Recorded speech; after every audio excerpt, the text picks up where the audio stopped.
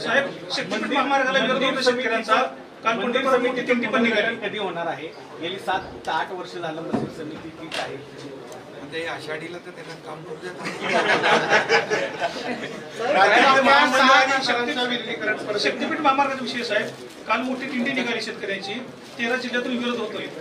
तर सरकार काय रेटतोय शक्तीपीठ बघा, समृद्धी महामार्गाला देखील याचा विरोध झाला होता, परंतु त्यानंतर लोकांनी त्याचं महत्त्व पडलं. समृद्धी महामार्गामध्ये लोकांनी सहकार्य केलं. आता काही ठिकाणी विरोध होतोय, पण हा प्रकल्प जो आहे जिथं विरोध होतोय तिथून आम्ही काही त्याचं अलाइनमेंट चेंज करण्याचा देखील निर्णय घेतलेला आहे. परंतु जिथं लोकांना कळतंय की बाबा याचा फायदा होणार आहे तिथं लोक येत आहेत. सर, राज्यातला सर्वात मोठा पक्ष आता आपला शिवसेना बनलेला आहे. सगळ्यात जास्त खासदार आपल्याकडे आहेत. पुढचं देवाकडे काय अजून देवाकडे कुठला आशीर्वाद पाहिजे? हे बघा, देवाकडं मागणं आम्ही हेच मागतो की बळीराजाला सुखी ठेव, शेतकरी आमचा अन्नदाता आहे, चांगला पाऊस पडू दे, सगळ्यांचं म्हणजे समृद्ध होऊ दे. शेतकरी बळीराजा, कधी पण आम्ही शेतकऱ्यासाठी बळीराजा हा आमचा सगळ्यात महत्त्वाचा घटक आहे. आणि म्हणून मी नेहमी म्हणतो, सरकारच्या तिजोरीवर पहिला अधिकार बळीराजाचा आहे आणि त्याला सुखी करण्याचं साकडं घातलेलं आहे.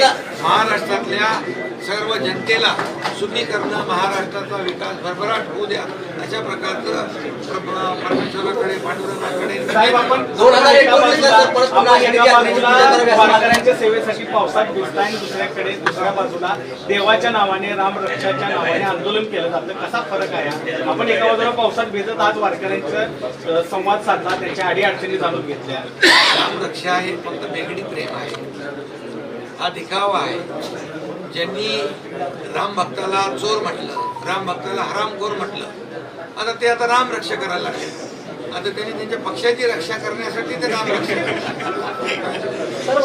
आज जास्ती काय राजकीय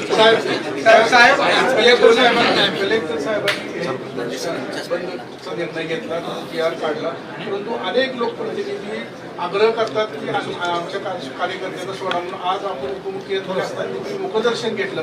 आपला हा दर्श इतर लोकप्रतिनिधी सगळ्यांनी घेतला पाहिजे.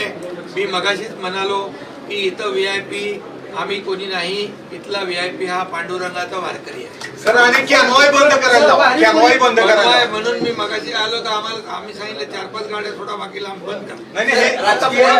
अजून अडचणी येणार. कलेक्टर आहेत, कलेक्टर SP याचं मॉनिटरिंग करतील, ज्या माध्यमातून वारकऱ्यांना कुठली गैरसोय होणार नाही. मागच्या वेळेस आलो तर आम्ही ते बुलेटवर, आता गर्दी नव्हती जास्ती म्हणून आम्ही गाड्यांनी गेलो. परंतु कुठल्याही परिस्थितीमध्ये वारकऱ्याला त्रास होणार नाही, त्याची गैरसोय होणार नाही, जबाबदारी सरकारची आहे आणि प्रशासनाची, ती आम्ही पार पाडू. आषाढीला पूजा करायला आपल्याला परत कधी. अरे बाबा, आता तुम्हाला पांडुरंगाची पूजा करायला आम्ही आलो, पांडुरंगाचं दर्शन घेतलं. पण वारकरी जे आहेत हा सगळ्यात महत्वाचा घटक आहे. त्याची गैरसोय होऊ नये, त्याच्यासाठी नियोजन योग्य असावं म्हणून मी दरवेळेला येतो तसं आलेलो आहे. त्यामुळे मी समाधानी आहे आणि पांडुरंगाचं दर्शन झालं याच्यापेक्षा काय.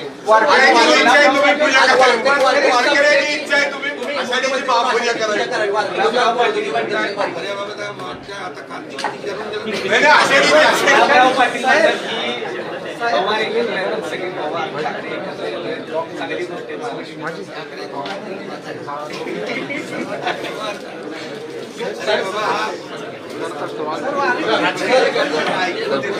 उमेश म्हात्रेंचा आज न्यायालयाने जामीन फेटाळला, अटक करा, समर्पण करा असे न्यायालयाने पक्षाकडून न्यायालयाचा आदर केलेला आहे आणि त्यांनी न्यायालयाचा आदेश मानला. पक्षाकडून काही कारवाई होणार? पक्षाकडून देखील स्वतः खासदार डॉक्टर श्रीकांत शिंदे यांनी त्यांच्या भावना व्यक्त केलेल्या आहेत आणि डॉक्टरांना मारहाण करणं याचं समर्थन कधीच शिवसेनेने केलं नाही, मी कधी करणार.